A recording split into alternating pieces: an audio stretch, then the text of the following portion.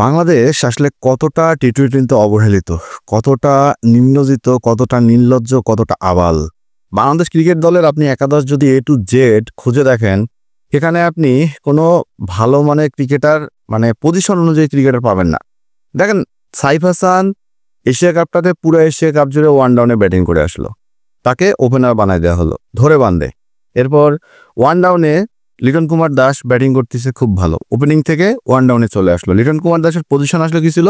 তিনি একজন proper opener, কিন্তু তিনি ধরে বান্ধে আবার ওয়ান ডাউনে রান পেতে পেতে ওয়ান ডাউনে ব্যাট করতে আসলো। ওকে ফাইন, টপ অর্ডার চলে গেল। তানজিদ তামিম ওপেনার ব্যাটার, আমাদের ওপেনার হার্ডিটার তরুণ ক্রিকেটার, যিনি কিনা শুরু থেকে শেষ পর্যন্ত খেলেও ম্যাচ বের করে দিতে পারে না। এটা হচ্ছে তার সামর্থ্য।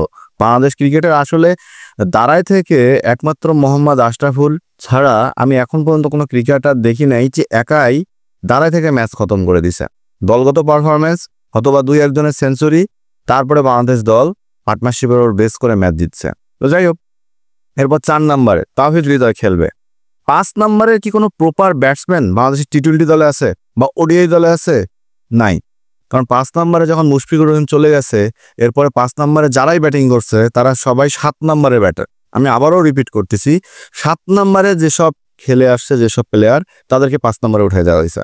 আপনারা যদি খেয়াল করেন, আমি যদি বলি আপনাকে, জাকের আলী ঘরোয়া ক্রিকেটে তার ব্যাটিং পজিশন 7 নাম্বার, বিপিএলে তার ব্যাটিং পজিশন 7 নাম্বার, তিনি নাকি এখন বাংলাদেশ ন্যাশনাল টিমের 5 নাম্বার ব্যাটার। শামীম হোসেন পাটোয়ারি ঘরোয়া ক্রিকেটে 7 নাম্বার, বিপিএলে 7 নাম্বার, অনূর্ধ্ব 19-এ 7 নাম্বার, আর যখন ন্যাশনাল টিমে আসলো তিনি তখন 5 নাম্বার ব্যাটার।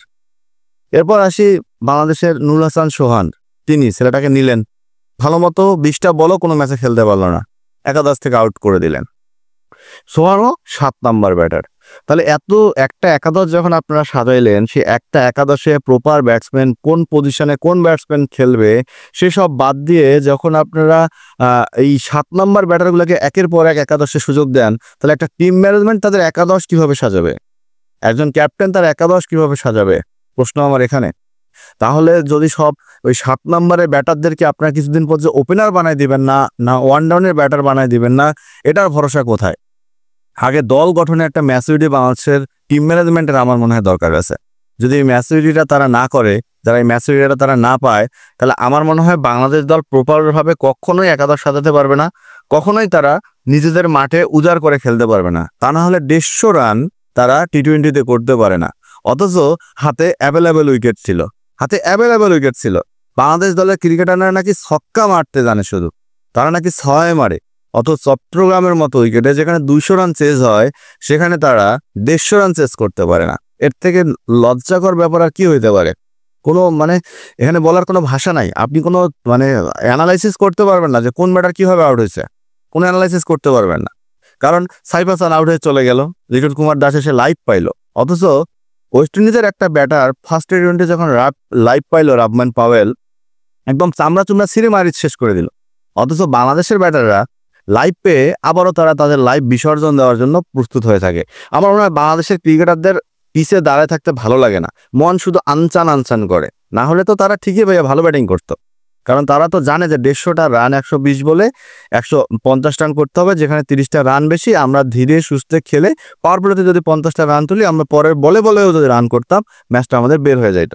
কিন্তু সেখানটায় বাংলাদেশ দলের জয়ের স্বপ্ন দেখতে হয় রিশাদের ব্যাটে, বাংলাদেশ দলের জয়ের স্বপ্ন দেখতে হয় তানজিম সাকিদের ব্যাটে। যারা বোলিং করবে, যারা কখনোই প্রপার ব্যাটার না, তাদের ব্যাটে আমাদেরকে জয়ের স্বপ্ন দেখতে হয়। তাহলে এর থেকে আবাল টিম টি-টোয়েন্টি না খেললে বাসায় বসে যদি ঘাস কাটে, এটাই বরঞ্চ ভালো হবে না?